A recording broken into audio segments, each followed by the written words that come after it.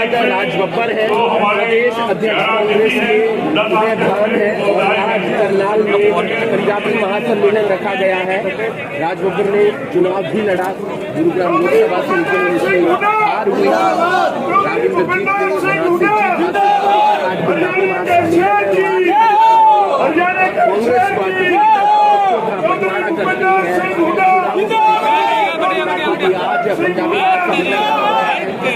पर आप देख पा रहे हैं शहीद मदन लाल ढींगरा जी की जो यहाँ पर तस्वीर है उस पर पुष्प अर्पित करके कार्यक्रम की शुरुआत की जा रही है। साथ ही साथ ये तस्वीरें आप देख पा रहे हैं रामकरण काला उसके भी नजर आ रही है, नजर आ रही है और वहाँ देख रहे हैं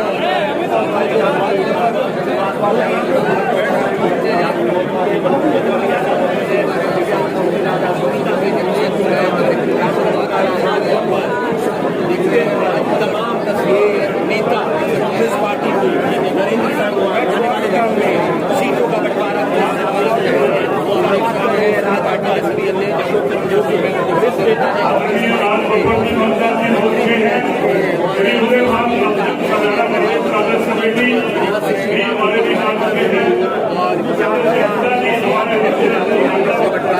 मेरे वास्ते आज का मौका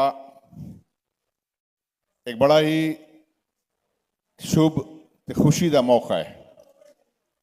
मैं बहुत पहला इत्थे आया सा, हुणे त्रिलोचन सिंह जी मैनू कह रहे सन याद है तुहानू तुसी इत्थे वारिस फिल्म की शूटिंग वास्ते आए सो। मैंने कहा हाँ जी याद है चंगी तरह। तो मैं दोस्तों ए पंजाबी वो कल्चर है, वो संस्कृति है, वो सभ्यता है। ए 5 नदियां का पानी पी के जिहड़ा आज इस दुनिया दे विच अपनी शान ते अपनी टौर वधा रहा है, ए वो पंजाबी है जिथे जाता है उस महक च अपनी महक नूं मिला देंदा है। तो उस खुशबू च मिल जाता है तो उस खुशबू नूं अपनी खुशबू बना लेंदा है। चाहे जबान होए चाहे कल्चर हुए। आज से बरसों पहला हमारे बुजुर्ग को हिंदुस्तान भेजा गया था या हिंदुस्तान में आए थे, और हमारी किस्मत ये कि हमारे बुजुर्ग हिंदुस्तान के इस खित्ते में आए और ज़्यादातर लोग अंबाला, रोहतक और करनाल में आए। हमारे भी परिवारों के बहुत सारे लोग यहाँ पर आसपास बसे आकर। और आज बहुत सारे साथियों से मुझे पिछले 1 हफ्ते से मुझे फ़ोन आ रहे हैं कि जब से अशोक अरोड़ा जी ने बताया कि मुझे यहाँ आना है, कि मेरे जलालपुर जट्टा के बहुत सारे लोग जो हैं मुझसे मिलना चाहते हैं। मुझे अच्छा भी लगा। उन्होंने भाई दीपेंद्र का नाम लिया कि दीपेंद्र जी ने हमें पार्टी में ज्वाइन कराया, तो मुझे और भी खुशी हुई। साथियों, बहुत सारी राजनीतिक बातें हुई हैं, लेकिन एक चीज़ पंजाबियों तुहाडे बारे च कहा जाता है कि तुसी मिट्टी नूं हथ लांदे हो वो सोना हो जाती है। और ये भी आपके बारे में कहा जाता है कि अगर आप किसी मिट्टी की खुशबू को सूंघ लेते हैं तो आप बता देते हैं कि आने वाला कल क्या होगा। तो मेरे पंजाबी वीरों, हुण तो सूंघ लो कि आने वाला कल की कह रहा है। कांग्रेस की सरकार आ रही है, गड्डी वध के चली जा रही है, तो हुड्डा साहब उस गड्डी नूं सागे लैके चल रहे हैं। हुण पिछे किनूं देखदे हो? और बहुत हो गया कि साडे लोकां नूं पंजाबियां नूं किसी एक पार्टी दा गुलाम बना के रखता कि जिहड़ा पंजाबी उठेगा उस पार्टी नूं वोट देगा। लेकिन जिथे भी दिता तुसीं वोट, मैं अजे सुन रहा था अपने ब्रदर्स नूं, अपने भरावां नूं, सुभाष जी ने सुनिया, मैं अशोक अरोड़ा जी ने सुनिया, अशोक मेहता जी ने सुनिया, तमाम साथियों ने सुन के मेरा वीर बीबी बत्रा बैठा है, वो हेठा चेहरा करके बैठे, मैं चेहरा ही नहीं देख पाया। मैं इन सब का शुक्रगुजार हूँ कि इन्होंने मुझे आज दोबारा मेरे बुजुर्गों के प्रदेश में मुझे ये कहा गया कि मेरा समाज के लोग यहाँ पर हैं, और मुझे मेरे नेताओं ने, मुझे मेरे कांग्रेस पार्टी ने मुझे गुड़गांव से चुनाव में खड़ा करने का काम किया। मैंने सिर्फ आपसे वही सीखा है, मेहनत करना। बाकी 3-5 करना जानता नहीं, मैंने मेहनत की और मेहनत का सिला बहुत सारा, ढेर सारा 36 बिरादरी का प्यार मिला। मैं सोचता हूं जब 36 बिरादरी के लोगों ने आपको प्यार दिया, आशीर्वाद दिया, आपके इस अदना से आदमी को जो कहा जा रहा था बाहर का है, तो मैं आज एक बात कहना चाहता हूं, जिन्होंने आपको यहाँ बसाने में आपकी मदद की है, जिसके परिवार ने आपको यहाँ पर बरसरे रोजगार किया है, जिन्होंने यहाँ पर आपके परिवारों को इस हरियाणा प्रदेश के अंदर इज्जत मान सम्मान के साथ साथ, आज चाहे इंडस्ट्री हो, आज चाहे आपके एग्रीकल्चर हो, आज चाहे एजुकेशन हो, हमारे कोई ऐसा सेक्टर नहीं है, चाहे ब्यूरोक्रेसी हो, पंजाबियों ने अपना झंडा बुलंद किया है, उनका परचम हमेशा ऊंचा रहा है। तो जिस परिवार ने, जिस पार्टी ने और जिस पार्टी के नेता के परिवार ने आपका साथ दिया है, शाना बशाना कंधे से कंधे मिलाकर आपका साथ दिया है, आपको हमेशा आपके मान को, आपकी जबान को वो इज्जत दी है, तो आज मौका आया है जब सब कह रहे हैं कि सरकार कांग्रेस की और हुड्डा साहब की बनेगी, तो पंजाबी को भी ये दब दब के कह देना चाहिए कि हाँ, हम हुड्डा साहब की सरकार बनाएंगे, हम आने वाले कल में मुख्यमंत्री हुड्डा साहब को। सबसे पहले मैं भारत माता के महान सपूत श्री मदन लाल धिंगड़ा जी, जिन्होंने इस 20वीं सदी के हमारे सबसे पहले जो क्रांतिकारी थे, जिन्होंने लंदन में जाकर के ब्रिटिश साम्राज्य की नींव हिलाने का काम किया, और वहां पर उन्हें जो कल ही उनका जो शहीदी दिवस, बलिदान दिवस था, 17 अगस्त 2009 को 26 साल की उम्र में उन्हें फांसी पर चढ़ाने का काम किया था ब्रिटिश गवर्नमेंट ने। उस महान शहीद को मैं बहुत बहुत अपना विनम्र श्रद्धांजलि अर्पित करता हूं। और जो एक रास्ता दिखाया था इस देश के लिए, उन अंग्रेजों को बाहर भगाने के लिए, उनमें उन्होंने नीम की पत्थर के रूप में उन्होंने काम किया। और मैं समझता हूं भारत की आज़ादी में पंजाब का सबसे बड़ा योगदान इस देश के अंदर हमारे पंजाब प्रदेश का रहा है। और 1947 में जो विभाजन की, जो विभीषिका का जो दंश झेला था, ये बात ठीक है कि हमारे जो जिस तरह से पाकिस्तान से हमारे जो साथी, जो रिफ्यूजी जो यहाँ पर आए थे, और उन्होंने सबसे ज़्यादा हरियाणा के अंदर, चाहे वो अम्बाला हो, करनाल हो, रोहतक हो, फरीदाबाद में जगह जगह कांग्रेस गवर्नमेंट ने, पंडित जवाहरलाल नेहरू ने बसाने का काम किया।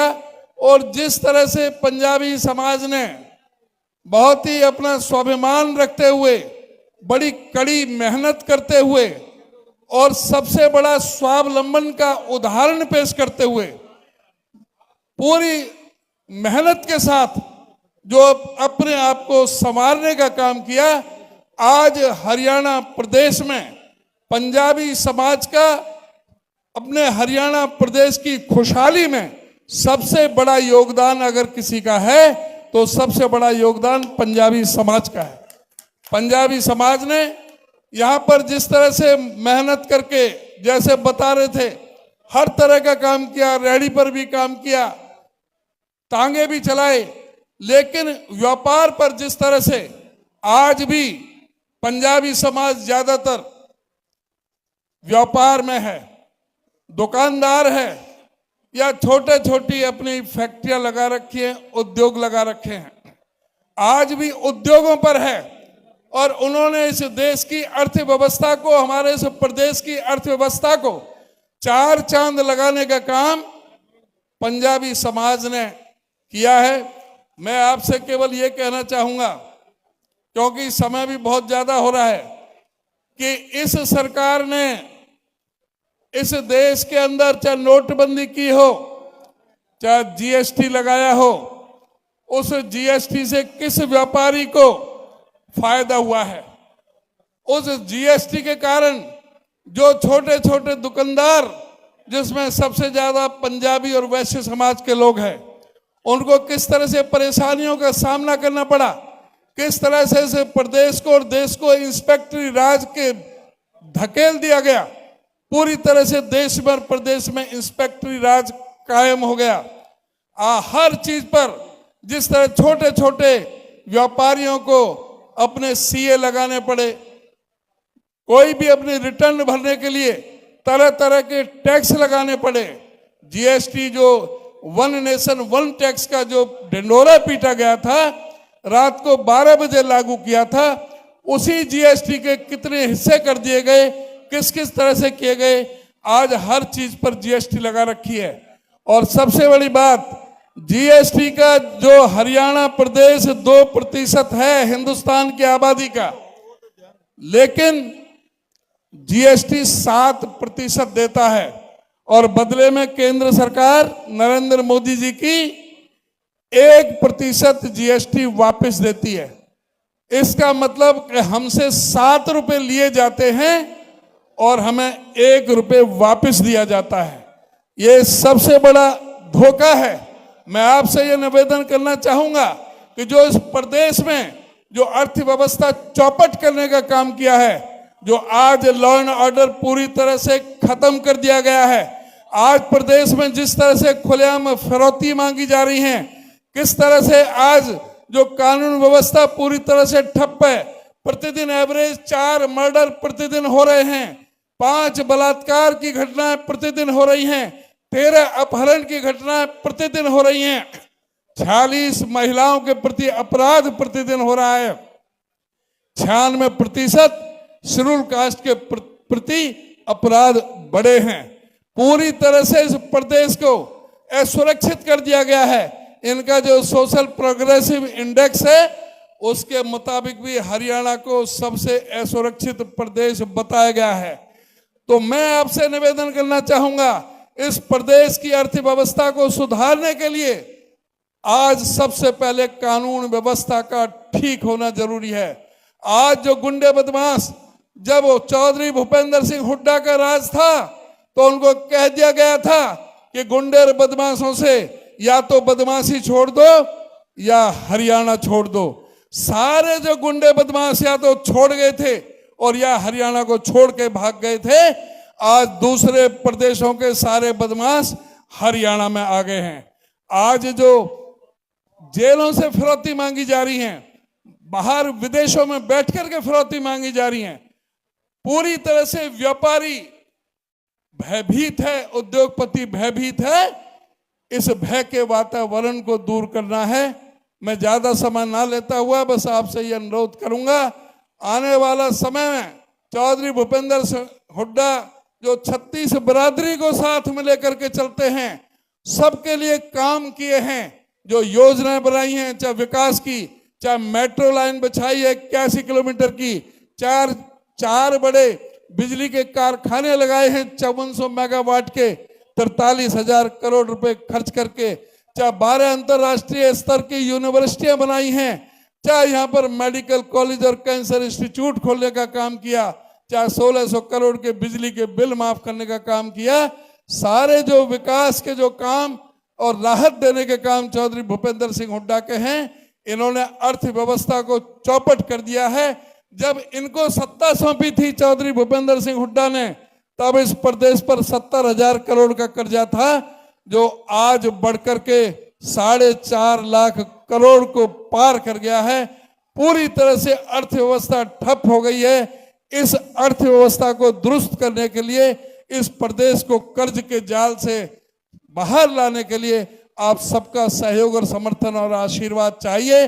पंजाबी समाज की जो मांगे हैं, जो आप लोगों ने जो बातें रखी हैं, उनको पूरी तरह से ईमानदारी के साथ, और विचार सबके आपने सुन लिए, आप सब समझते हैं।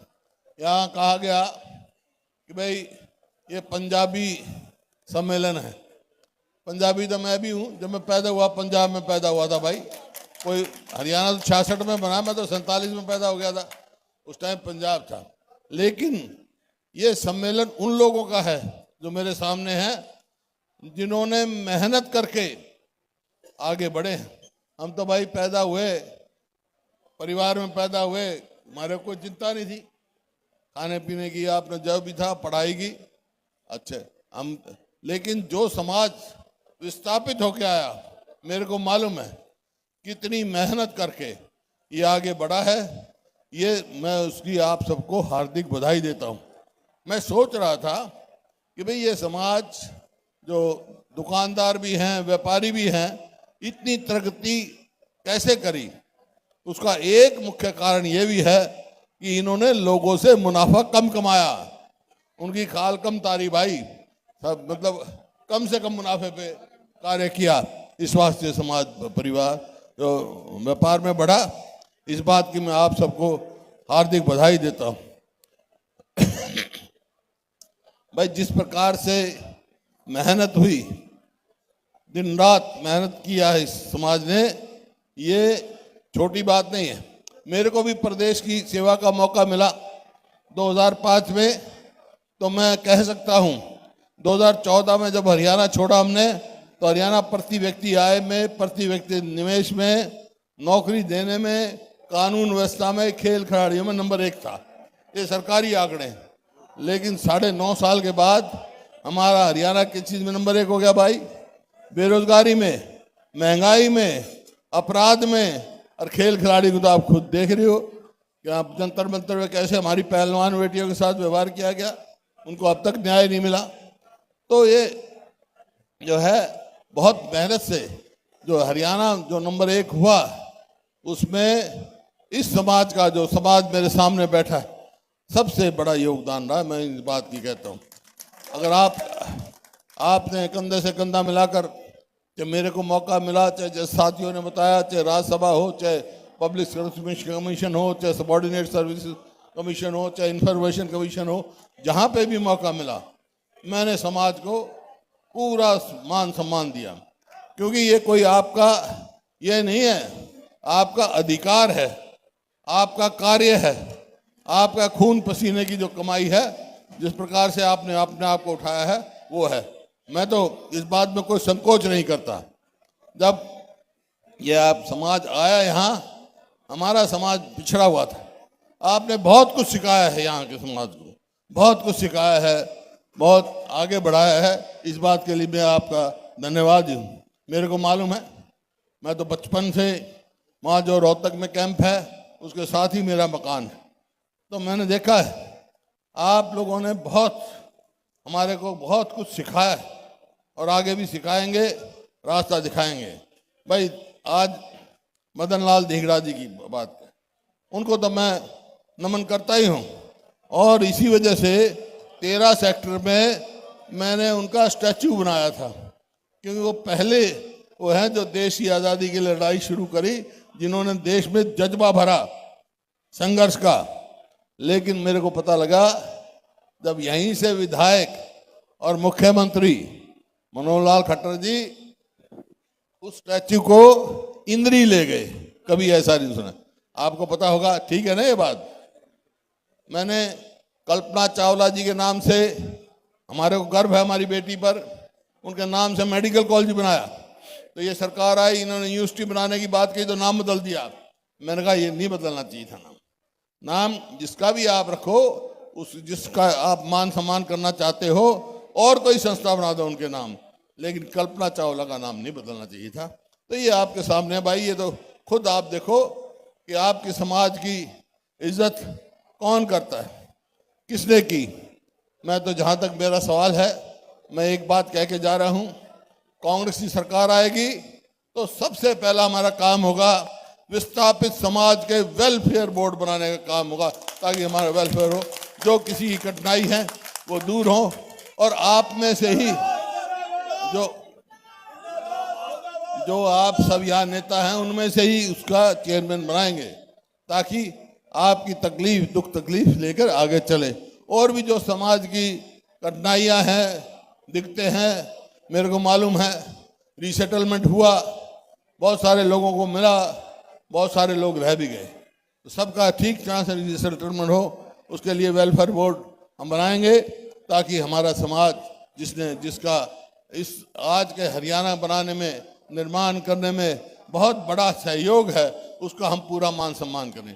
कांग्रेस की सरकार आएगी तो समाज को पूरा मान सम्मान और उचित स्थान मिलेगा ताकि हम आगे बढ़ें हर चीज में। हमने राज्यसभा हो, हर जगह मैंने प्रयास किया कि आपके समाज को स्थान मिले। आगे भी यही हम प्रयास करते रहेंगे। और एक बात कह के जा रहा हूं, ये जब तक प्रगति कैसे करेगा प्रदेश, जब कानून व्यवस्था ठीक होगी।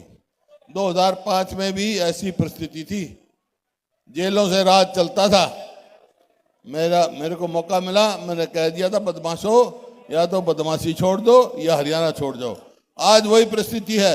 आज कह के जा रहे हैं हम, कांग्रेस सरकार आते बदमाशों को हरियाणा में नहीं रहने देंगे ताकि व्यापारी कर्मचारी सब अपना शांति से आगे प्रगति करें।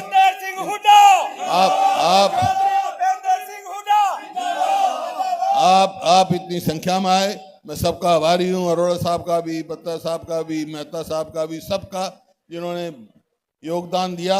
और मेरे को मालूम पड़ा है कि हर शहर से आए हैं, सारे हरियाणा से शहर से आए। मैं सबका बहुत बहुत आभार व्यक्त करता हूँ और आगे आपको सबको शुभकामनाएं देता हूँ। टिकट का बंटवारा होता है, ये भी देखने वाली बात होगी।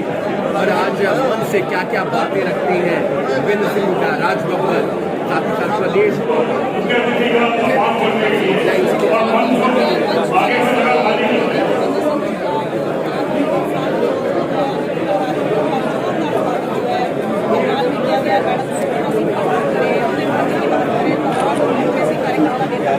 हमारे सहयोग के मुख्यमंत्री डॉक्टर भूपेंद्र सिंह हुड्डा जी वशिष्ठ के साथ श्री राज बब्बर जी पूर्व सांसद, पंडित कुलदीप शर्मा जी पूर्व स्पीकर, श्री सुभाष बत्रा जी जो आज अध्यक्षता है उनकी, श्री बीबी बत्रा जी बुके लेकर स्वागत करें। उसके बाद सरकार शादी का 15 का स्वागत करेंगे।